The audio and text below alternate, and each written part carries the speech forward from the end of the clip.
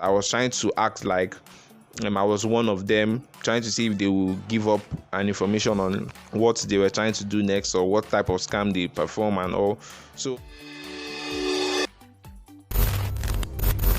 you won't believe I was with a scammer in the same bus. So I decided to tell the story of how it all happened and where we are right now, or what position am I right now with the scammer, because obviously I caught the scammer. But where are we right now? What's going on? What's the update? Because I showed people in my community section about my progress with the scammer and how long we've spoken and what's up, like the basic updates. So right now I just decided to do a full video because people were asking, how did you meet this person, how did you catch this person, and yeah, let me just go straight into it.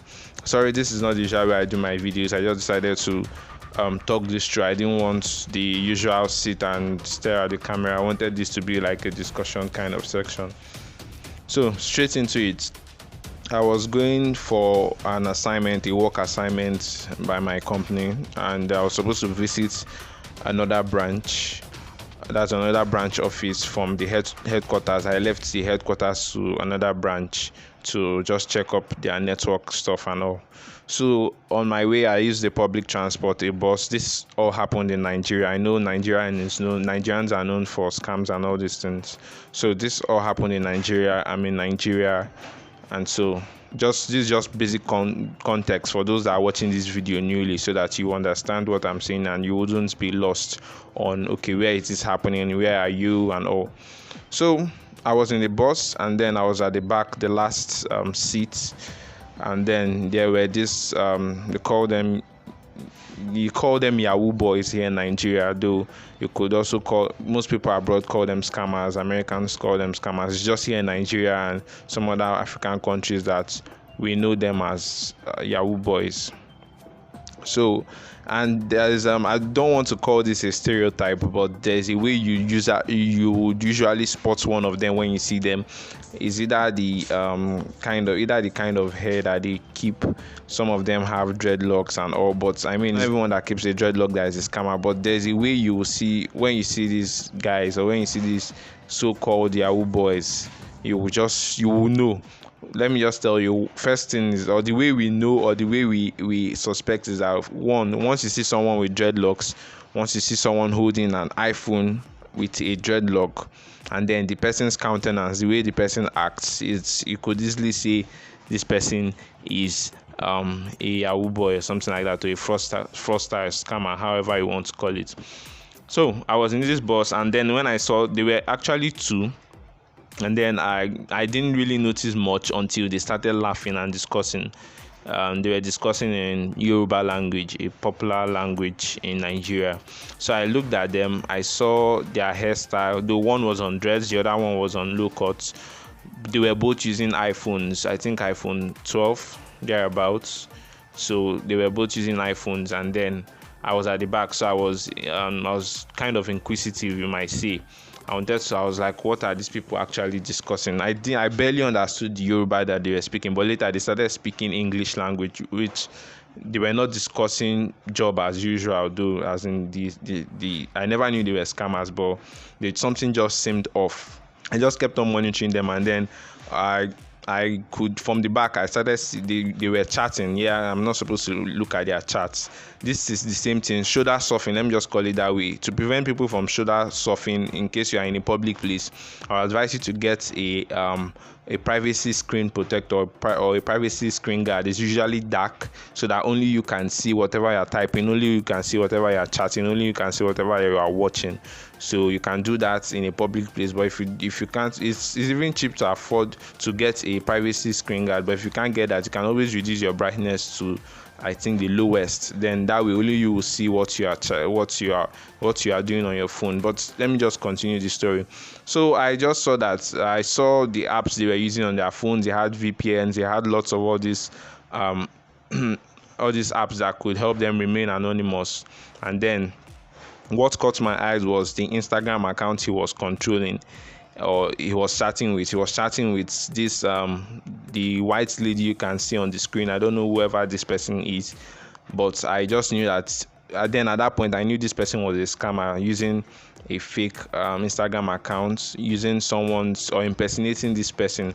And then usually once they use this type of lady, or once they use this kind of person, it's usually they're usually trying to pull a romance scam. They are trying to scam a guy to sending them money or sending them stuff. They were even in a discussion with a particular person. I don't want to mention the person's name, but they were trying to scam this person, and it looks like they've been talking with the person for a long time to trying to defraud the person. But maybe the person was unsure. Or I don't know what it was. I was not really concentrating on their discussion. So I had to copy out their username. Even while we were in the bus, I now started chatting the person up, the scammer. I chatted the scammer up, but I was a bit careful so that the person does not know that I was the person chatting them up. So I had to forge this different account, Instagram account. I created a username, and I used a white guy. I had to use a white guy's image and all. So I reached out to them. I just said, can we be friends and all. I tried to pull should I say a romance, they are romance scams. It's not a romance scam though, but I tried to I wanted to see if they would try to extort me or collect money from me, since I had the profile of a white guy. But these guys are actually very smart. An average Nigerian scammer is very, very smart, and they can let me tell you one thing, but I'll tell you that later. They are very smart. After that, they got to their bus stops and they got down.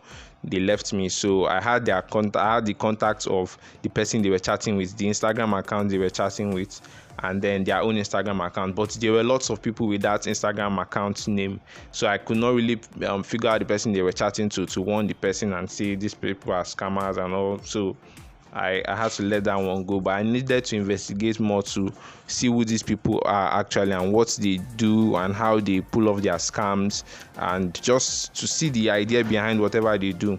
So I think days later I had to chat them up, and then I was asking, I still with my identity unknown. They didn't really know who I really was, but they just thought, okay, this is a white guy. So I was trying to ask, I was saying, okay, you're really beautiful. I obviously knew who was behind all this, who was behind the Instagram accounts, but they didn't know I knew. So I was like, you are beautiful. How can we be friends and all, blah, blah, blah. In the end, they ended up asking for gift cards. Okay, they said the person controlling the account said he needed to buy provisions for school, as she was still in school. They needed $100 worth of gift card. So I asked them, okay, that's not a problem. So I asked them, how do you want me to send it? They said, which way can you send it? I said PayPal, and then they sent me this particular PayPal address to send the money to. So I obviously couldn't send them $100. I mean, that would be ridiculous. So I had to play around it.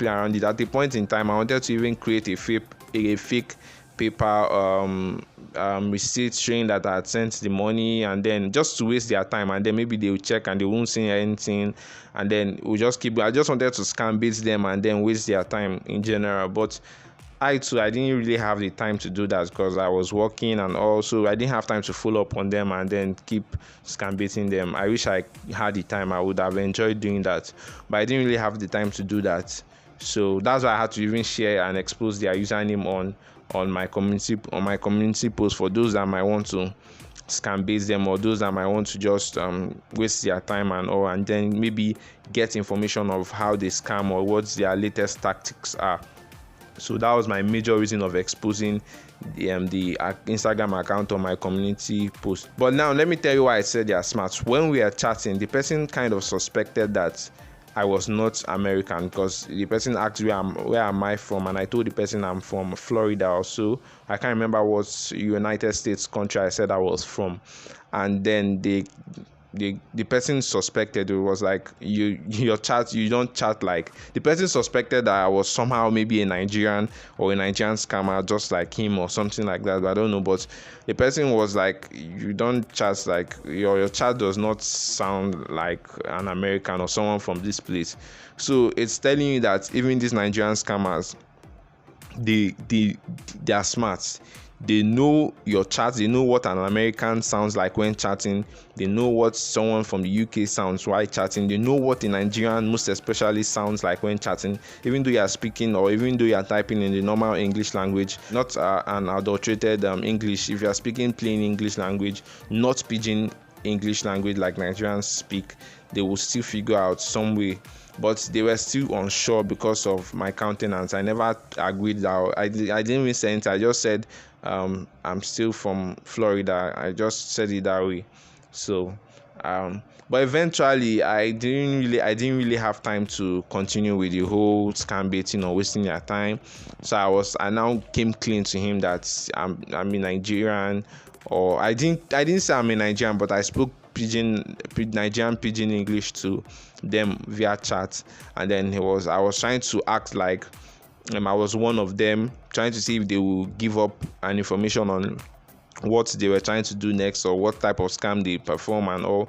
So as you can see on the screen, these are the only information I could get. It was obvious. They said they had hacked the person they were trying to scam. I think they later hacked the person's Instagram account. So they said they owned the person's Instagram and all his accounts, all his Facebook accounts. I don't know if they owned more than that, but yeah. So it's the lesson I could learn from this is that these guys are smart. That's one. Two, they are not just the typical scammers you see. They can go any extent to get what they want to get.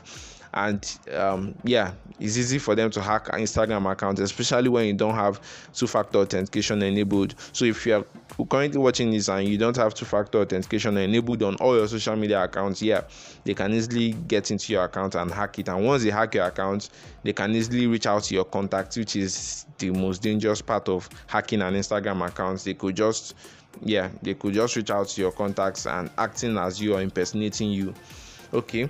And then another important thing you need to take note of is that if you have an Instagram account, especially as a lady, as a beautiful lady, if you're a beautiful lady or a handsome guy, I don't think they use guys' account, but if you're a beautiful lady, or if you're that type of lady that puts all these interesting pictures, when I mean interesting, I'm putting them in quotes, the type of interesting pictures I'm talking about, you need to make sure that nobody is using your pictures to scam people. You need to make sure, like this lady that was used, she does not know that someone is using her picture to impersonate and to scam people, and in the end they just put out a picture that avoid this person is a scammer, this person is this person is that, and she does not know that someone was using her images one way or the other. So I think I'll put up a video on that later, how to know if your picture is being used somewhere else on social media. So if someone is using your pictures or someone is copying your pictures to post on his or her account or creating another account with your pictures, you'll be notified or you'll be able to figure that out. Then you can either report that account or take it down. Okay. So for those that want to scam bait or those that want to waste this person's time, you can go ahead. You've already seen the username. You can go ahead and waste the person's time.